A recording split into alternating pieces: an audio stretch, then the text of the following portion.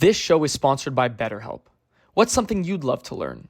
As an adult, do you make time to learn new things as often as you'd like, or is that lost in childhood? Kids are always learning and growing, but as adults, sometimes we lose that curiosity.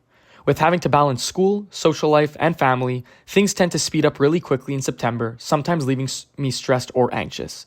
Therapy could be really beneficial, allowing you to slow down and take a step back. It's helpful for learning positive coping skills and how to set boundaries. If you're thinking of starting therapy, give BetterHelp a try. It's entirely online, designed to be convenient, flexible, and suited to your schedule. Just fill out a brief questionnaire to get matched with a licensed therapist and switch therapists at any time for no additional charge. Rediscover your curiosity with BetterHelp. Visit betterhelp.com/THPN today to get 10% off your first month. That's BetterHelp, HELP.com/THPN. Episode 86 of the Habs Culture podcast. My name is Justin Schwartz alongside Liam Baum. Usually it's a little bit easier to start these episodes, but unfortunately we had to come out and I'm sure everyone obviously has heard the news at this point by the time that this is coming out. The unfortunate passing of Johnny Gaudreau and his brother Matthew Gaudreau. Very, very sad, tragic accident. Honestly, not many words on that. Just as a hockey fan and as a person, just very hard to take in. He had a family, he had friends, and it's just something that you never, ever want to see.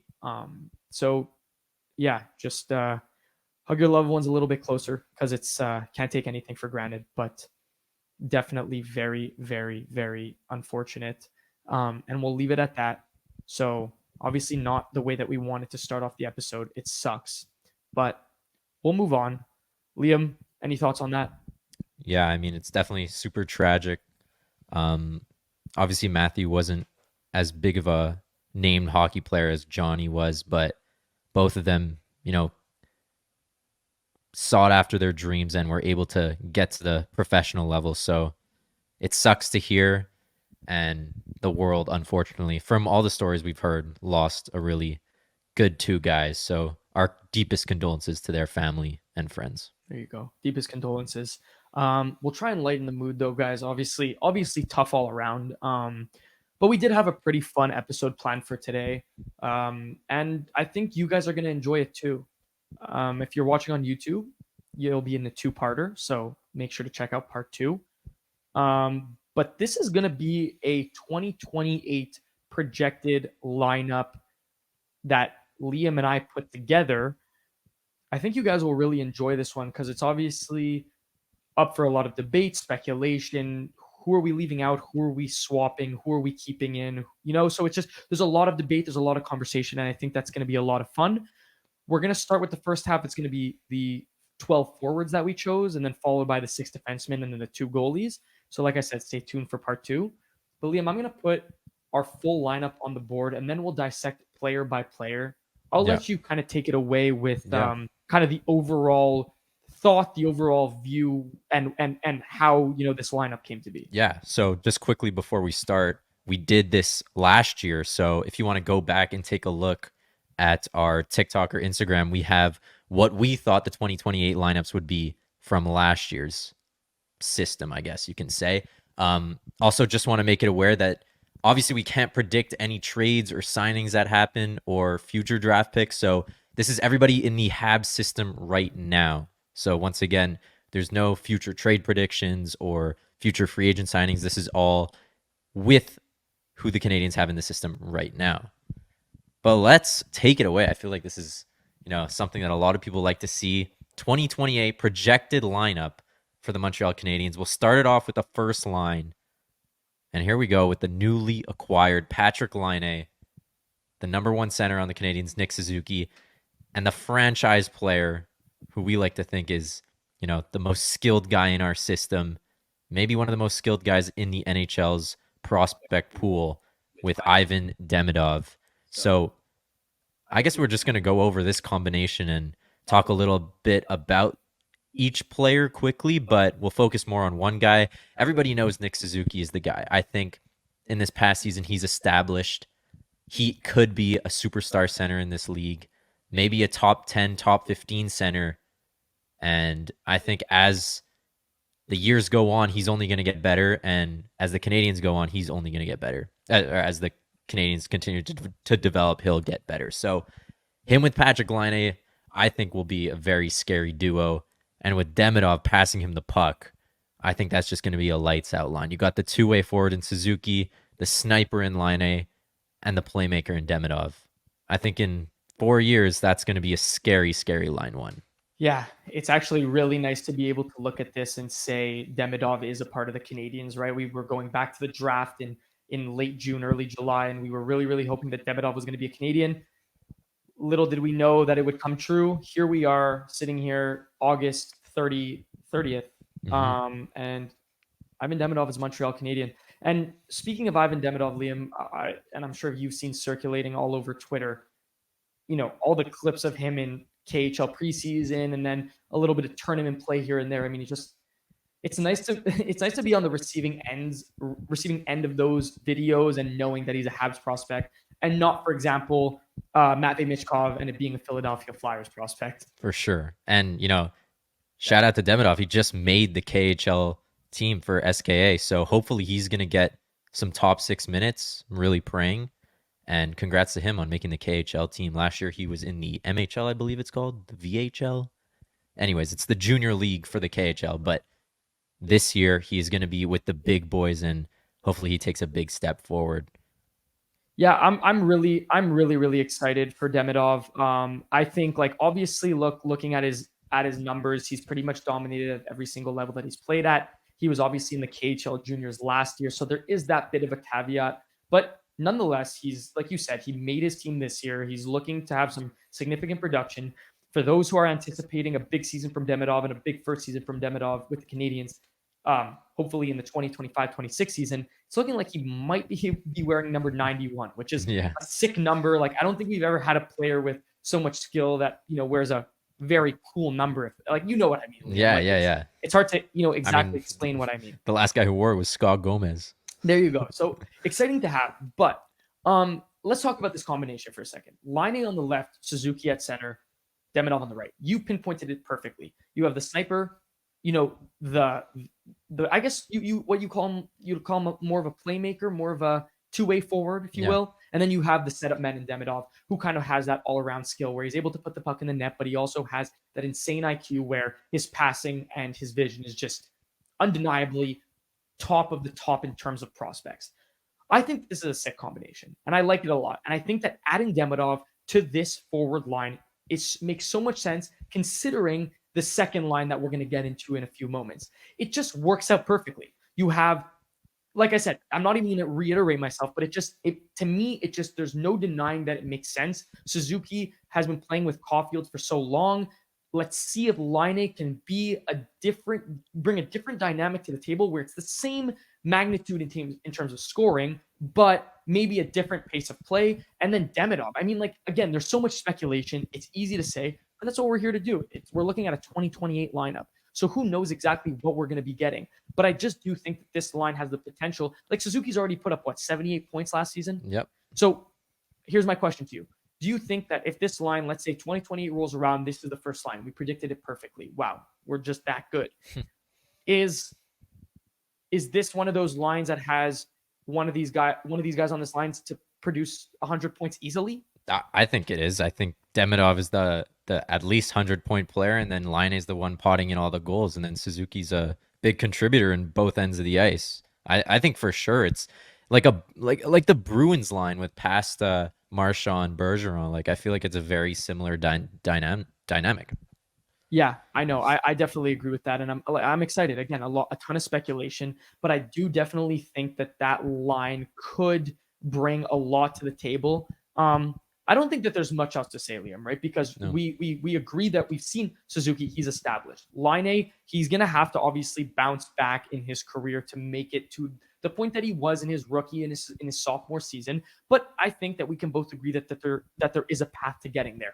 Demidov is the X factor. Demidov is what brings this whole lineup from line 1 to 4, from defenseman line 1 to 3, from goalie lines 1 to from goalie and backup. It brings it all together. So obviously a wait and see type of situation, but we are very, very stoked about that.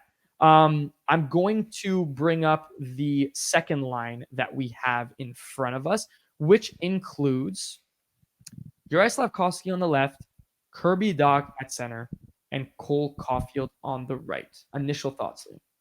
Yeah. So first thing that I think of when I see those three guys together is the size that's going to be brought to the table. Slavkovsky 6'4", Dak 6'4", and then you got the sniper with Cole Caulfield. I think having two guys like this on one line in terms of Slav and Dak's height is scary to play against. It's hard to play against bigger players. It's just a fact. And in 4 years, I think these guys are going to develop into something really, really special. We did see Dak and Slavkovsky play together for a game and one period at the start of last season, and their chemistry looked really, really strong. So it would be really exciting to see these guys together. I think, again, we bring the power forward role with Slavkovsky. Dak brings, a two-way game, but also has some great vision. And then Caulfield, obviously, we know him as Goal Caulfield. He's going to put the goals in. So I think as a second line, this could be a first line in 4 years, but as a second line, I think that's just insane. And with that being said, I think if there's one thing that sticks out to me about this line or this top six in general, is that we always have looked in the past and we've looked at Montreal Canadiens teams that have been somewhat successful. Whether you go back to the magical run in 2021 when they made it to the Cup final, or if you go back to 2016 when they made it to the Eastern Conference final against the New York Rangers. Obviously, these teams kind of rallied. They got to this point because they played as a team.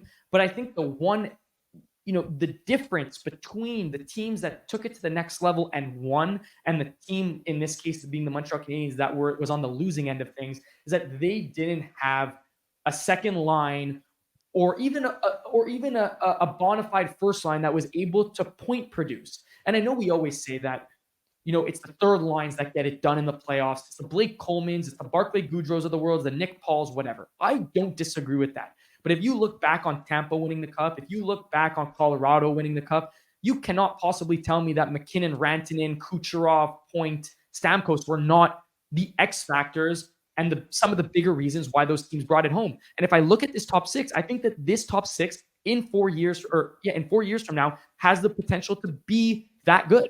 Yeah, I mean, you're getting six guys. I think other than Line, six guys in their mid-20s, and that's the window. That's the key age you got. You have some development under your belt, and you got a good squad ready to go. That's experience. That's the whole point. So I think that second line is a Stanley Cup winning line right there. If that's your second line on a team. And obviously, I put up on the screen Juraj Slavkovsky. I think he's going to be a big tell as to where this Montreal Canadiens team goes from here on out in the future. But I also do think that we're because we've talked about him so much and we've speculated about him so much, but Kirby Dach, I think that's honestly going to be it's a huge if right now.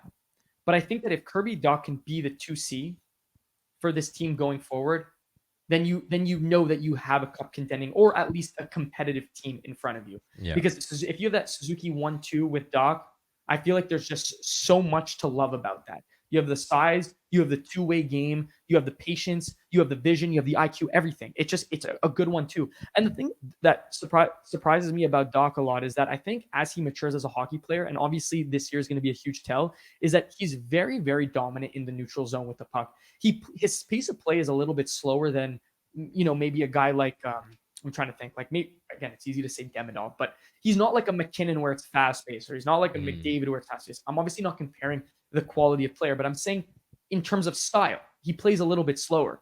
But wow, he's hard to knock off the puck, and wow, he's able to set up his man or his teammates, in open space. So I'm excited to see that, and I really do think, like you said it on a prior episode, that you think that there's a possibility that Slavkovsky ends up with Dach at some point throughout the season, right? Yeah, of course. And I mean, just going back to what you said before, just watching how he's developed as a player this past year from the start of the year to the end of the year and even to the World Championships, it just like it looked like it was getting harder and harder to play against him. He gets down low along the boards, you can't get the puck off him. If his back is turned towards you, there's just no way you're getting the puck off him. He'll just take it right to the net. And although he didn't score any goals at the World Championship, he certainly created a lot of chances and set up a lot of plays. So again, if this is your second line, And you got two guys who are 6'4".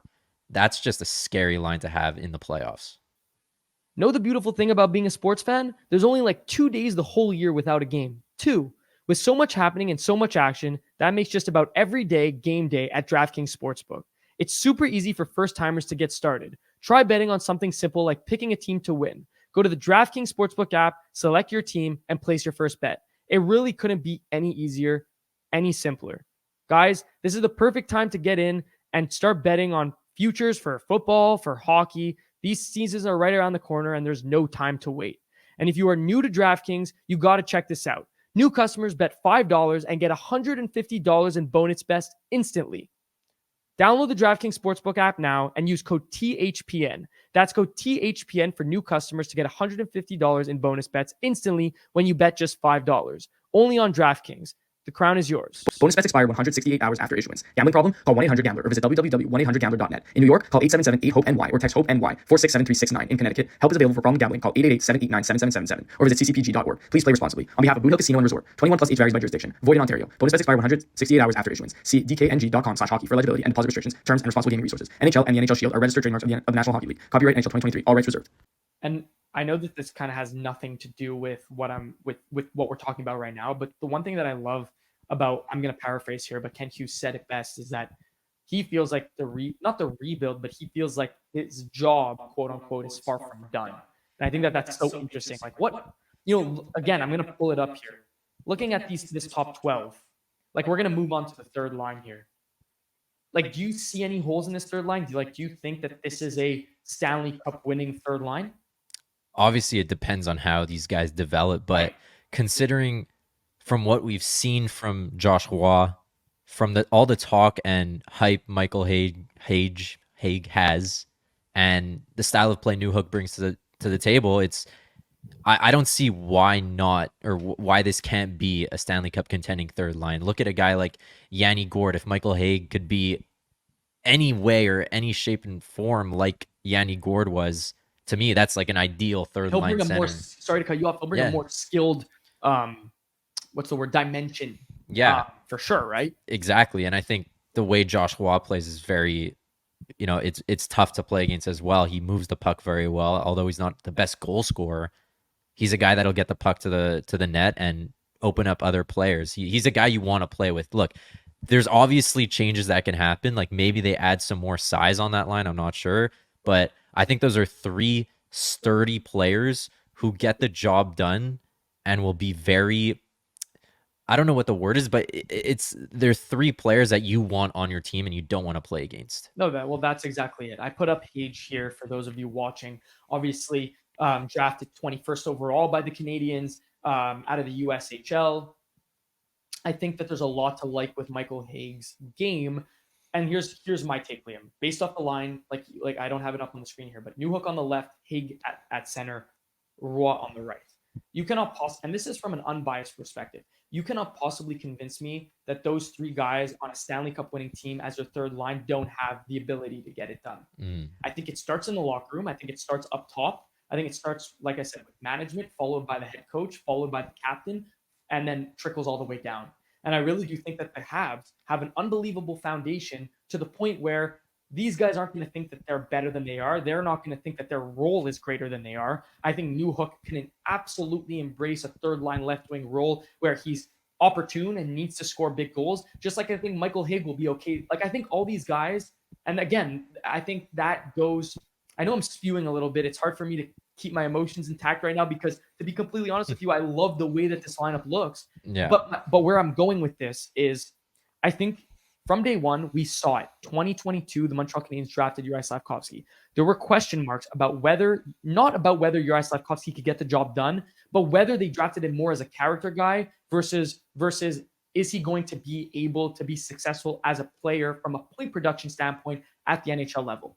And if there's one thing that we found out, Liam, is that he's capable of doing both those things. And I think based off the trajectory and based off the way that the Canadiens have now been drafting for the last 2-3 seasons, I think it's safe to say that the guys that they're drafting are going to embrace the culture, understand what the Canadiens are trying to build. And that's why I think guys like Hague, Roy, and Newhook are not going to think that their roles are bigger than they are, and really embrace that third line role and understand that what's needed to bring home a cup. Yeah, and I think also a good part of those three guys is they can all play in different parts of the lineup, whether it's penalty kill, whether it's power play, they all slot in somewhere. So it's not like they're just being put on a third line, even though they might have the potential to be on a higher line. Like they're playing bigger minutes than just the third line role. So I think that's an important part to have on any Stanley Cup winning team. All your guys need to play a specific role. Yeah. And I think this goes for the fourth line guys as well. Yeah, 100%. I'm going to pull that up as well. So yeah, we like, again, I don't really see many very flaws. If I wanted to knock on one thing on the third line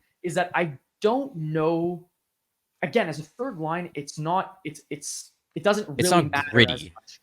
That's the thing. That's the thing with me is that you look back to the Stanley Cup winning rosters, and I mentioned it before, Barclay Goudreau, Coleman, Paul, like I think they might have more speed and more skill than a lot of third lines at one point in 2028, but I don't know if they'll be that team that you can throw out there for a defensive, when you need defensive stops and when you need a tough forecheck. You understand? Like, Yeah. I don't know if that's what we're going for. But if we're comparing this to like the Panthers third line, let's say, like Lundell brings a crazy two-way game, but again, not the most gritty guy. You look at Luosterainen, whatever his name is.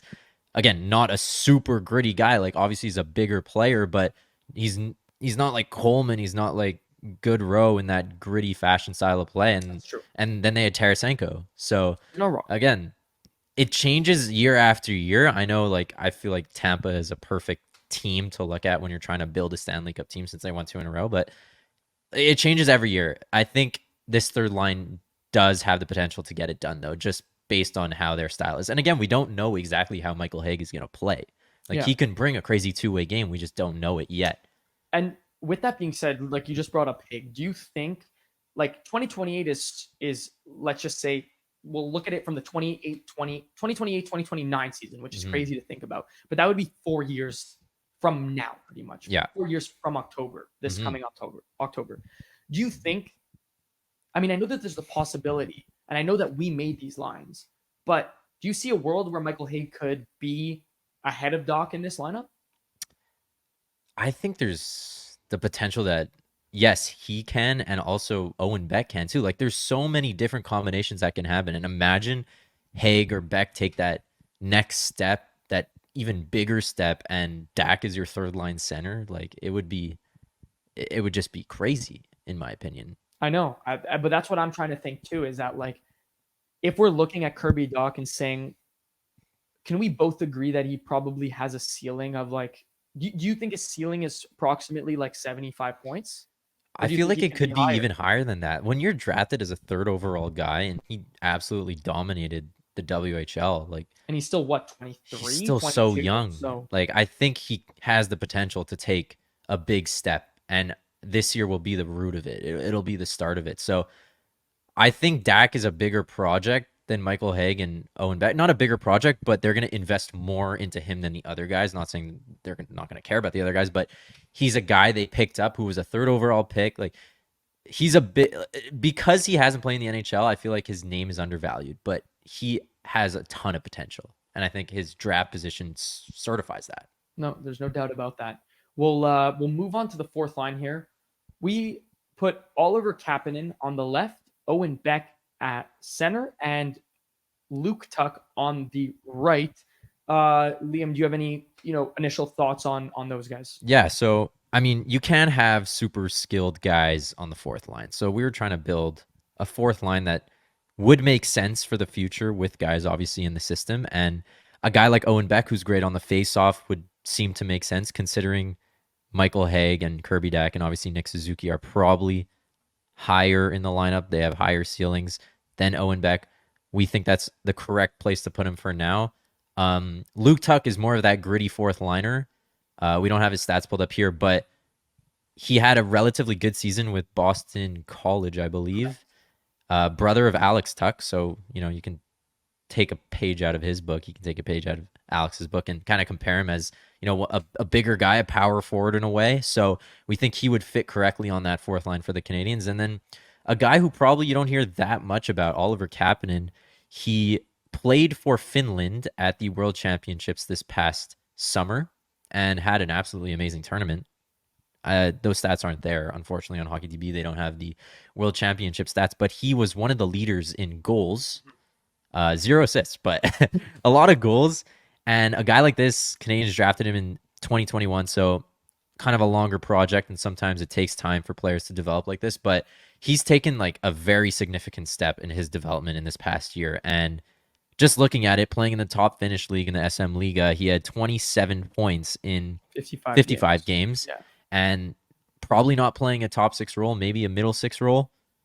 So that's pretty good stats for a guy who's 21. Who's 21, who's probably, was he 20? Yeah, he was 20. He's playing in like the top men's league in Finland, right? Yeah. So like they're there you assuming go. a lot more responsibility. Yeah, I was just gonna piggyback off what you said there. Just to just make a correction, Luke Tuck was at BU, so we both made that mistake Boston there. University. Yeah, Boston Okay. University. But nonetheless, I think what we went for here, like you mentioned, was to emphasize that grittiness on that fourth line. Like we clearly went with a more skilled third line, which I think in a modern NHL, especially with the amount of goal scoring and the amount of goal scoring and the amount that it's gone up in recent years, I think come 28, 29, you're probably looking at an NHL that has tons and tons and tons of talent and is okay to have a third line that has more skill. Even like you mentioned, the Florida Panthers, they had a ton of third line skill there.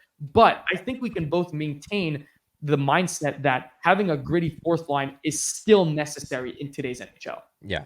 And just, again, adding on to something like that, having guys on the second line who can play a bit of a gritty role also helps. Like the Panthers had Sam Bennett. If the Canadians have Slav and Dak, who are big bodies, that helps the third line have some skill on it. No doubt.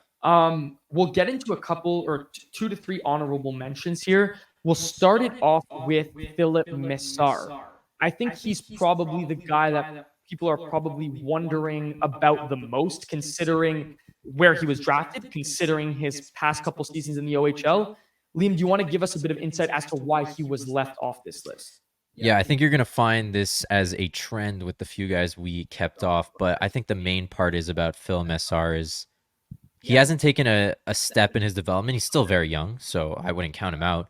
But I think he's just too skilled to be in the bottom 6 and not skilled enough to be in the top 6. One of those guys, I like to compare it to Daniel Sprong. He's going to get a shot this year on Vancouver, but was never good enough to play in a top 6 role, but also not good enough to play in a bottom 6 role. So, look, he had good years, but the type of player he is, I'm talking about Mesar here, it just seems like he doesn't have the necessary tools to be a bottom 6 liner and not the most developed tools or top skill to be in the top 6 role. I 100% agree with that. And if there's one thing that I wanted to point out, kind of like I said, to piggyback off what you said, is that the one thing that sticks out to me is that he's 5'10", and that's fine, but he plays small. He plays really small, and that doesn't bode well if you're going to be relied on as a bottom 6 guy. Again, 20 years old, maybe he fills himself out a little bit and maybe becomes a little bit more sturdy on his skates.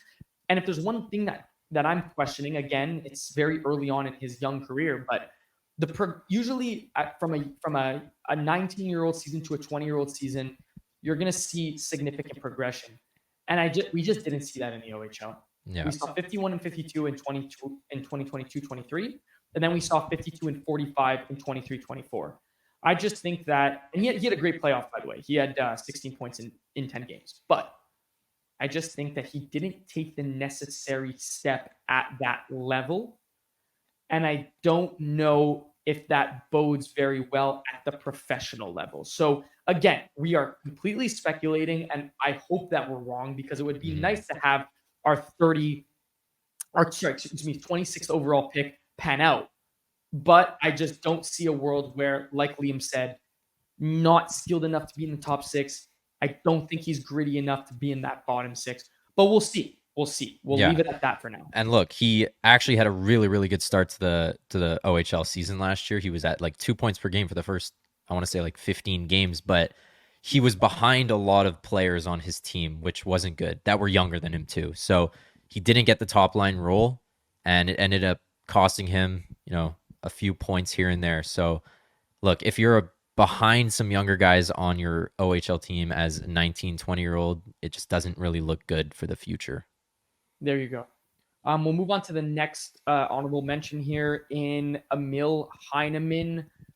Liam, I'll start off here because the Yeah. truth is that when we were making this, I had brought it up to you. I said I kind of like Emil Heineman, bottom six. Maybe again he's a winger. I always like to compare his archetype slash playstyle to like a Max Pacioretty. I think that he has like that lanky build with a very sturdy shot. He's a left shot, so we could have easily replaced him there for Oliver Kapanen. 29 points in 48 games with Laval as a 22-year-old.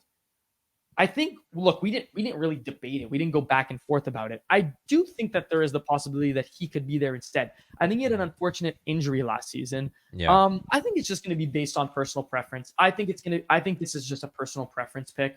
I think we just thought that Kapanen maybe brings more of that leadership, more of that steady game, as opposed to Heineman, who can maybe be a little bit inconsistent and not willing to throw the body around as much and necessarily be that gritty presence in that bottom six. So we'll leave it at that. I don't know if you have any thoughts on Heineman there. Yeah, I mean, like, he's a player that he's gonna make the NHL. Like, I'm very certain he'll make the NHL. He's a high volume shooter, and he's that type of guy that's, again, I don't think he's a bottom six guy. I think he would have to play in a top six somewhere just because of his play style, like Messar. But I mean, his stats are very good considering he's 22. Wasn't playing. I don't think he was playing on the top line in Laval. I mean, I know they like to play their vets, but 29 points as a 22-year-old in 48 games, whatever it was, is a very good step considering. I mean, he had 9 and 11 last year, or 2 seasons ago, which was really good. So, look, I don't think he's taking huge steps in his development, but I also don't think he's stagnant where he's not doing anything. So again, it's personal preference, right? We think Kapanen would fit better on the fourth than Heineman, but I think Heineman will make the NHL at some point. Yeah, that's kind of I'm kind of seeing eye to eye with you there. And finally, last but not least, a guy that's actually played some games in the NHL as well, took the university route. That is Sean Farrell. Sean Farrell did go to Harvard. He was electric at Harvard with 53 and 34 in 2022-23. Laval, 28 points in 47 games, so very similar to Heineman's production. Again, I think that's one of those things like Missar, where is he skilled enough to be a top six? I don't know. Is he gritty enough to be a bottom six? I don't think so. Could he play a middle six role? Sure. But would I have him beating out some of the other guys that we have in our existing lineup? I don't know, and I don't think so. Yeah. So that's like where my mind's at. I think the problem is, too, is the Canadiens have just a very strong top six, which is crazy for me to say because I feel like it hasn't happened in a long time. But there's 6 guys that are better than him here. And I think the same case goes for Messar, and I think it goes for Heineman as well. It's like those guys have similar, these 3 players that we've been mentioning, have similar styles to the guys in the top 6 of the Canadiens lineup that we put together here, and they're just not better than those guys. So they just don't have a spot on that roster. And I think it's good to have a surplus of players, but there's just some skill that doesn't crack it because they're not better than the guys in front of them. And look, we'll obviously be patient because at the end of the day, these guys are young anyway. And like, what stops Farrell from being a point per game play? Like I think that's the one thing that I guess we have to, I wouldn't say temper our expectations, but be a little patient because what we saw, like for example, with Joshua before he was called up last season, I want to say, I think it was last season, is that he was absolutely lighting up Laval. Everyone's like, get this guy in Montreal. And then just shortly after that, he kind of stagnated a bit, and his numbers in the AHL weren't as good. And it was probably better that he stayed a little bit longer in Laval. But he made his way up, and I think it was the right time. They did it and I think that's the difference, right? I know I'm again scrambling a bit, but the difference is that a lot of these players are playing under a management team that is a lot more well put together and understanding of how to develop players rather than what this Canadiens team was dealing with before in the Bergevin era. And I think that makes a difference. Yep. I fully agree with you there. And I think that just about rounds out our offense. Yeah, so that rounds out the offense. So that was part 1. So make sure to catch us in part 2 for the defensemen and the goalies.